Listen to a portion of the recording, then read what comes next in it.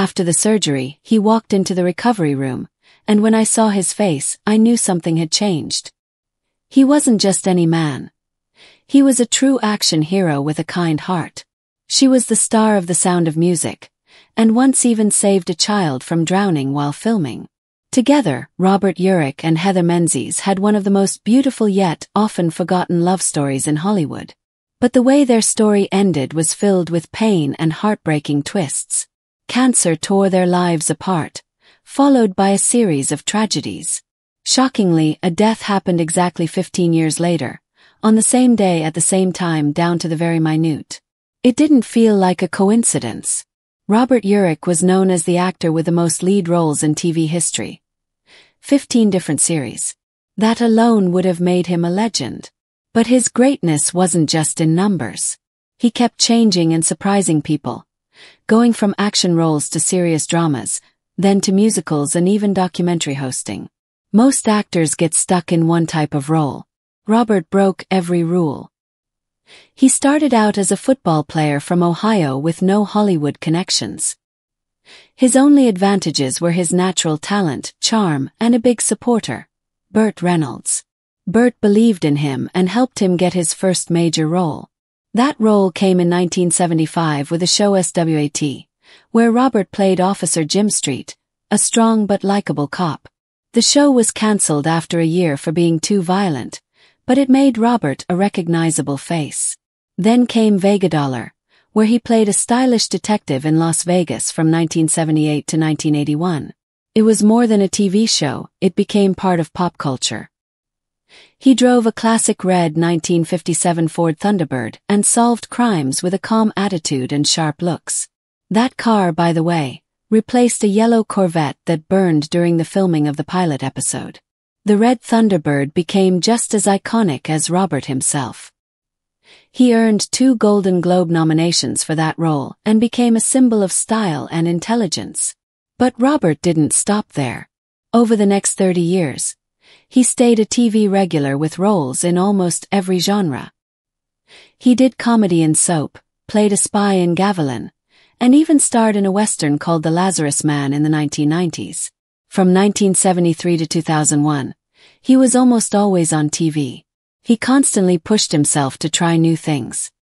He wasn't satisfied with being one kind of actor. He wanted to do it all. Then came Spenser. For Hire, a detective show that aired from 1985 to 1988. It wasn't just another crime drama. It brought over $50 million into Boston's economy and gave the show a raw, real feel. Winters were cold, budgets were tight, but Robert gave it his all. His chemistry with co-star Avery Brooks, who played Hawk, was powerful. The show wasn't just about action, it was about doing what's right, even when it's hard. Robert later returned as Spenser in 4 TV movies, showing fans still loved him in that role. Then, he surprised everyone again by becoming the host of National Geographic Explorer from 1988 to 1995. The show aired on major channels like TBS and MSNBC, and Robert's voice became known for explaining deep-sea mysteries and ancient stories. He didn't just read lines.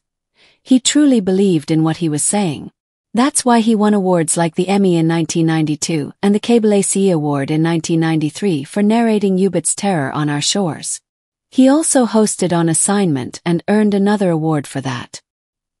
He could have stopped there and still been remembered as a TV legend. But he had one more goal to reach. In 2000, even while battling a rare and aggressive cancer called synovial cell sarcoma, he made his Broadway debut. He played Billy Flynn in Chicago from January to February. He had already done the role in touring cities like Detroit and Washington, D.C., but this was Broadway, New York's biggest stage. And he amazed everyone. People were shocked not just by his performance, but by his singing. Even with chemo and extreme fatigue, he lit up the stage.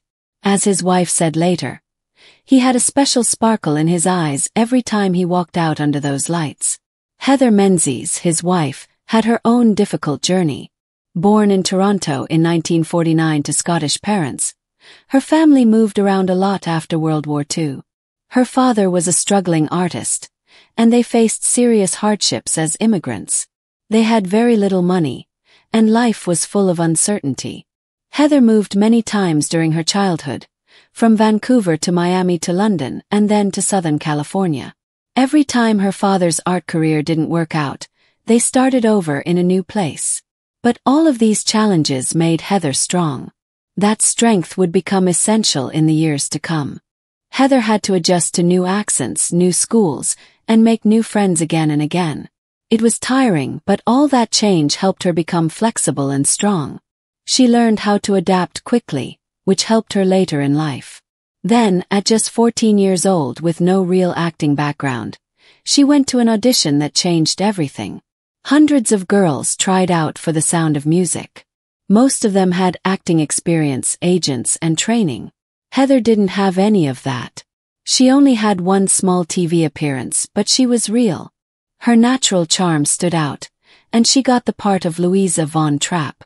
Filming wasn't just fun and singing in the Alps. Something scary happened during the rowboat scene. The boat tipped over, and her 5-year-old co-star Kim Carruth, who played Little Gretel, couldn't swim. She sank underwater twice. The cameras were rolling. Julie Andrews fell the wrong way and couldn't help. The crew froze, but Heather didn't. She swam straight to Kim and pulled her up, saving her life. Kim swallowed a lot of water, got sick, and developed a fear of swimming that stayed with her. But the scene stayed in the final movie. What the audience sees is real. Heather saving her co-star. When The Sound of Music came out on March 2, 1965, it was a massive hit.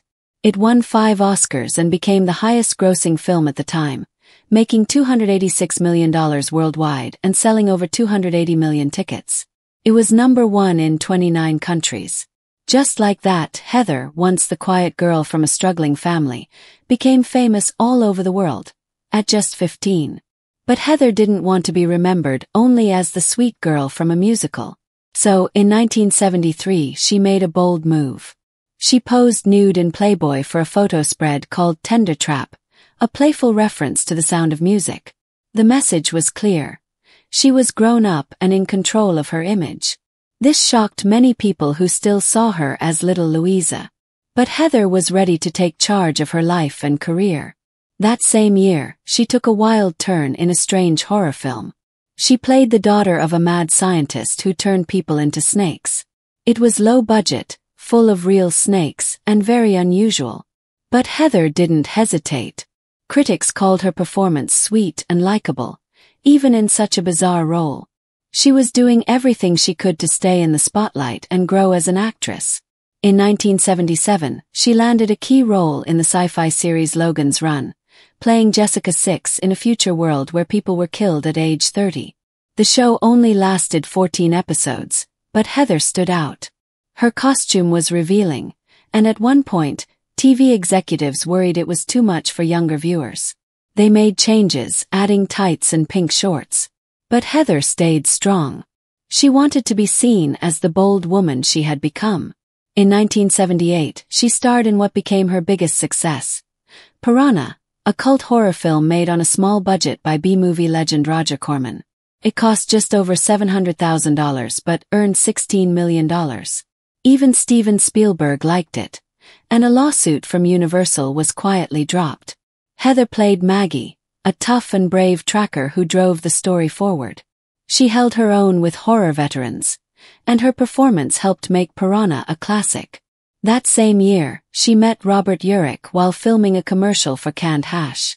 They were pretending to be a married couple for a Libby's ad. Sounds silly, but something real happened that day. Heather, at 25, was recently divorced and looking for a fresh start. Robert, at 28, was handsome, rising fast in Hollywood, and full of charm. On camera they played a happy couple. Off camera the feeling didn't go away. The connection between them was natural and strong, and what started as a pretend marriage turned into real love. That one commercial was the beginning of something beautiful. It was the start of a love story that would last 27 years. Robert Urich wasn't just another struggling actor. He was on the cusp of becoming a star. Just a year after meeting Heather, in 1975, SWT hit television screens across America and made him a household name. He played Officer Jim Street, the tough guy with a heart, and audiences couldn't get enough. But his rise didn't happen overnight. Robert had worked hard to transform his image, bulking up from 180 to 220 pounds of muscle to fit the action hero mold. He had the look, the charm, and the right friends. One of them, Burt Reynolds, helped open doors. Reynolds personally convinced producer Aaron Spelling to give Robert a chance. One audition later, Spelling was sold. Robert Urich was on his way. Heather, meanwhile, was navigating her own transformation. She'd been globally famous at just 15, playing Louisa Von Trapp in The Sound of Music. But child stardom fades. By the time she met Robert, she was fighting to transition from child star to serious actress, while also recovering from a 4-year marriage that had started when she was only 20. Robert, too, had experienced heartbreak. He'd been married before, to his college sweetheart Barbara Rucker, but it ended quietly. The experience left him careful. Maybe that's what made what came next so surprising. Just over a year after they met, Robert and Heather got married. On November 21, 1975. Fast. Absolutely. Reckless. Maybe. But everyone who knew them said it felt right. Robert reportedly told friends he knew Heather was the one just weeks after meeting her. And it wasn't just romantic talk. It was real. Their relationship burned fast, but it wasn't a fling. It became something rare. A deep, steady bond in the heart of Hollywood, a place where relationships often crumble. Together, they became a true power couple. Heather brought with her a legacy of film. Robert was becoming television royalty. By 1978, he landed the lead in Vegadollar, a stylish detective drama that ran for 3 seasons and earned him 2 Golden Globe nominations. That's when they both truly became stars, not just separately but as a couple. They were media darlings, photographed on red carpets, splashed across magazine covers. But their appeal wasn't just in their looks. It was the way they looked at each other. There was no brand, no spin. They were just in love. Robert didn't keep his world separate from hers. He brought Heather into it. She appeared in 3 episodes of Vegadollar, and later had a role in Spenser, For Hire, one of his biggest shows. But it wasn't about favors. It was about sharing his life. His success was theirs. And when Heather decided to slow her acting career to focus on family, Robert backed her all the way. That kind of mutual support was rare in Hollywood, where ambition often trumps everything. Right after their wedding in 1975, Heather found out she was pregnant. It was unexpected, but they were thrilled. "We were over the moon," Heather later said. But their joy didn't last. She lost the baby. Then she miscarried again. And again. 3 pregnancies, 3 devastating losses. What started as hope turned into heartbreak, each one cutting a little deeper. Friends worried their relationship might not survive the emotional toll. And all of this was happening while their careers were peaking. To the world, they were glamorous stars. Behind the scenes, they were grieving in private. After the 3rd loss, they made a life-changing decision. Adoption. It wasn't easy. They waited, filled out endless forms, and endured the long, uncertain process. But in 1978, they welcomed their first child, Ryan. Then Emily came in 1980. 20 years later, in 1998, they adopted Allison. That wasn't a coincidence. They had made a conscious decision to give each child space, time, and full attention. Each of their children pursued a path of healing. Ryan became a doctor specializing in infectious diseases. "I went into medicine because I couldn't help my dad medically," he said. "But maybe I can help someone else." Emily became an emergency room nurse in Ontario. Their kids watched their parents love deeply, hurt quietly, and stay strong together, and it shaped them. Heather made sacrifices most in Hollywood wouldn't even consider. She was still a name. She had The Sound of Music, Logan's Run, and a slate of strong performances. But after adopting their first child, she chose family over fame. After 1979, her acting roles slowed to a trickle. Just a few guest spots on Vegadollar, T.J. Hooker, a film called Endangered Species, and then mostly silence. She left the spotlight to build a stable home. Robert broke the mold too. He wasn't the kind of father who left child-rearing to nannies while chasing scripts. Even though he starred in over 15 TV shows in a 30-year career, he made time. On Spenser, for hire, he brought the kids to set. He picked them up from school when he could. He believed in showing up, not just for the cameras but for his family. And when his toughest role came, fighting for his life, he showed up for that too. He had a clause in his contract that let him fly cross-country whenever Emily had medical appointments, a rare provision in the fast-paced world of 1980s television. But that was Robert Urich. His parenting wasn't performative. It was deeply intentional.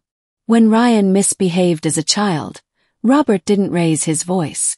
Instead, he'd sit down on the floor eye to eye and ask, "What's going on?" He didn't want obedience. He wanted understanding. That same empathy shaped everything he did. Even at the very end, when cancer had stolen nearly all his strength, Robert still got on the floor to play with his youngest, Allison. It was just 2 days before he died. The turning point came in August 1996. What was supposed to be a routine checkup revealed something far worse: synovial sarcoma, a rare and aggressive soft tissue cancer. It usually strikes people under 30. Robert was 49. The tumor was located in his groin. The prognosis was grim, and the treatment would be brutal: chemotherapy, radiation, and multiple surgeries. The timing was cruel. Robert had just launched a new series, The Lazarus Man, and was in the best physical shape of his life. The show had promise, ratings were strong, and a second season was already being planned. But shortly after the diagnosis, Castle Rock Entertainment abruptly cancelled the show, even though TNT had already agreed to renew it. 2 completed episodes never aired. The decision shocked fans and devastated Robert. In July 1996, the grueling treatments began. Every morning at 5:45 a.m., he arrived at the hospital to begin chemo. His chest pumped with potassium, bicarbonate, and anti-nausea meds before the real punishment started. The chemotherapy ran 4 hours a day in 9-day cycles. By day 6, he described the sensation as pool chemicals burning through his veins. Radiation was even worse, laser-focused and unforgiving, using lead templates to deliver tens of millions of rads directly into his groin. He lost all his hair. His breathing became labored. He couldn't eat. He couldn't sleep. He wasn't just fighting cancer, he was fighting to survive the cure. Then, in October 1997, something extraordinary happened. Surgeons went in, expecting to remove whatever was left of the tumor. But they found nothing. No tumor. No cancer. Not even scar tissue. The disease was just gone. Robert was stunned. "I started to wonder if I ever had it," he said. His doctors gave him just a 5% chance of relapse. And for the first time in nearly 2 years, Robert and Heather had real, tangible hope. In 1998, he was declared cancer-free. Robert didn't just return to life.